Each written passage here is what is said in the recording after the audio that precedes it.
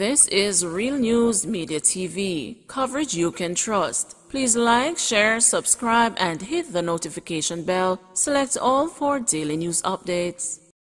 Police charge 3 men in connection with a $1 million drug bust.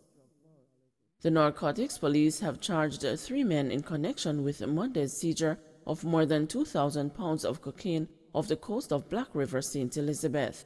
They are to appear in the St. Elizabeth Parish Court on Thursday, December 2. The accused are Daniel Hanson, 40, a fisherman of a St. Elizabeth address, Jason Wedderburn, 31, fisherman of a Westmoreland address, and Elvis Johnson, 36, a fisherman of a Westmoreland address. The charges are possession of cocaine, dealing in cocaine, trafficking cocaine, importing cocaine, and conspiracy to import cocaine.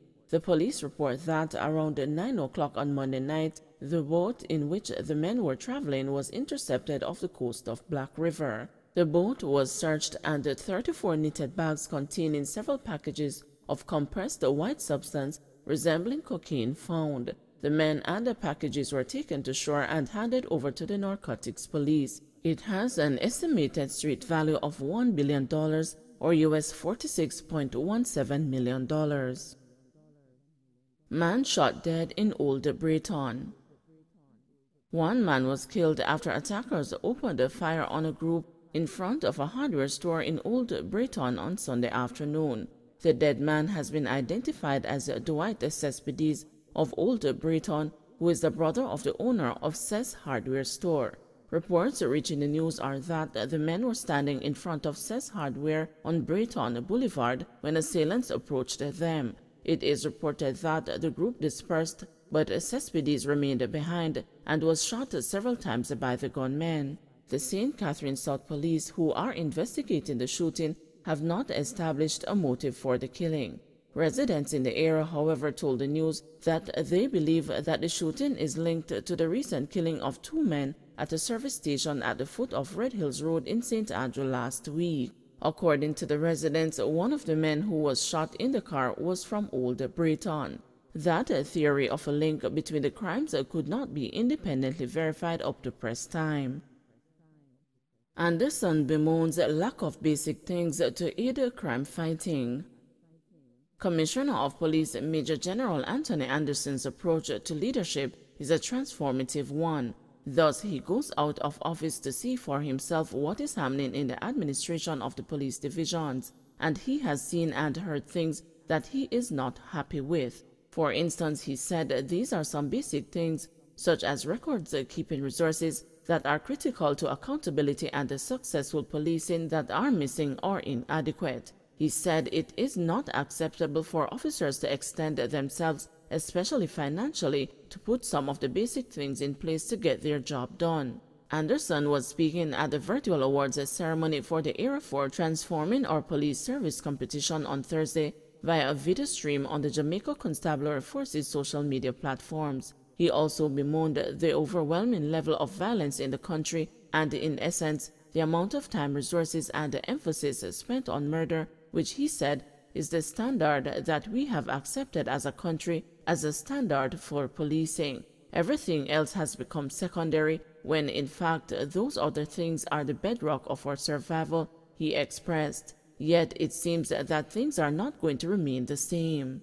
One of the changes, he said, will be the building out of the back end of the forces to get more officers to the front end to do the things that they need to do. And he revealed we are going through a series of processes now, particularly in Area 4, where we are getting 2 of our stations 9,001 complaints in certain areas and also a police emergency control center. The actual documentation, processes, and the procedures to get this done have been extensive, he said. It has brought home to us not only what needs to happen at the stations, but with the linkages as you work that backwards up the chain, while everything in that chain needs to work to deliver at the front end. By next year, we should have these areas compliant. Launched in 2019, TOPS, an initiative of the Police Civilian Oversight Authority, is aimed at fostering greater conformance with prescribed JCF policies as well as raising morale among police personnel. The competition also facilitates a broader objective of the PCOA to enhance the culture of policing in the community and by extension the business community through professionalism and the police partnerships built on openness, trust, and accountability. This year it was held in Area 4, which comprises 5 divisions: St. Andrews South, St. Andrews Central, Kingston Eastern, Kingston Central, and Kingston Western, which collectively have 31 stations. The inspections for the current competition were conducted between September 27 and October 19, during which records management, station administration, station facility, and community customer service were evaluated. The winners were announced on Thursday via video streaming on the JCF's social media platforms. They are Kingston Eastern Top Division, Bull Bay Police Station Top Station, Denham Town Police Station Top Prisoners in Custody Station, and the Kingston Eastern Division Top Customer Service Division. Top stations in each division also got some recognition: Olympic Gardens Police Station, St. Andrews South, Mona Police Post, St. Andrews Central, Almond Town Police Station, and the Denham Town Police Station, Kingston Western. The St. Catherine North Division copped the inaugural Dr. the Honorable Marshall Hall Award for showing the most improvement in the TOPS re-inspection. The recipient is from the Area 5 2020 TOPS participants. Also addressing the gathering was Jacqueline Hickson, chairman of the PCOA, who encouraged the stakeholders to see the connection and the importance of the back office processes to the overall success and the transformation of the JCF. If you get these processes right, I guarantee you will see a difference in your performance at the divisions and generally in all your activities, she said. The PCOA was established to aid the transformation of the Jamaica Constabulary Force and its auxiliaries into a highly motivated, professional, disciplined, and service-oriented police service that works in closer partnership with the community through modern democratic policing policies, performing with courage, diligence, honesty, impartiality, and accountability. Gager pleased with a drop in new COVID-19 cases in Trelawney. Falmouth Mayor Colin Gager is beaming with pride that no new COVID cases were reported in the parish between November 15 and November 19. He attributed the lull in infection to more persons taking the vaccine. The mayor, who was bringing greetings at the local government and community month church service at the Abundant Life Ministries in Falmouth last Sunday, used the occasion to encourage more citizens in the parish to get inoculated. There were 0 cases, and it was just after that a few other parishes came on board. So we are special because we have been holding it for long. And I really want to say to my people, continue to take the vaccination, because this is one of the main reasons that allows us to reach this where we are today, Gager remarked. Local Government Minister Desmond McKenzie, who was also in attendance at the church service, also encouraged the persons to get vaccinated against COVID-19.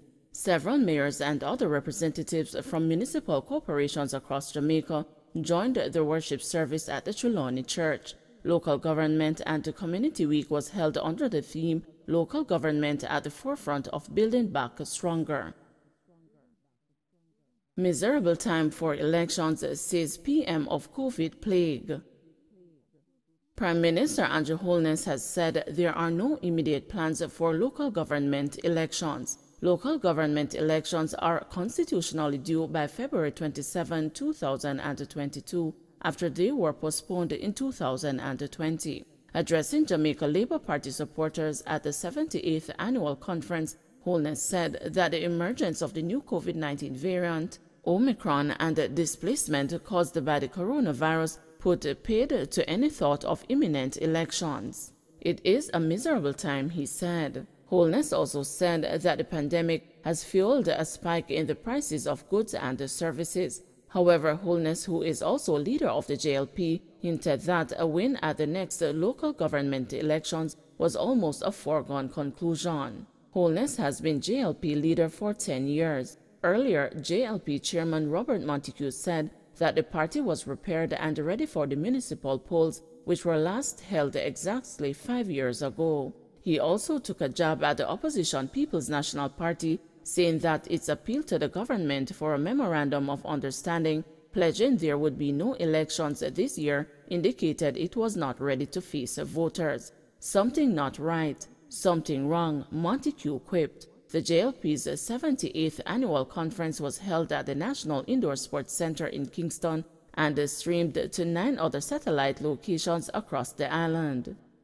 Don't forget to like, share, subscribe, and hit the notification bell. Select all for daily news updates.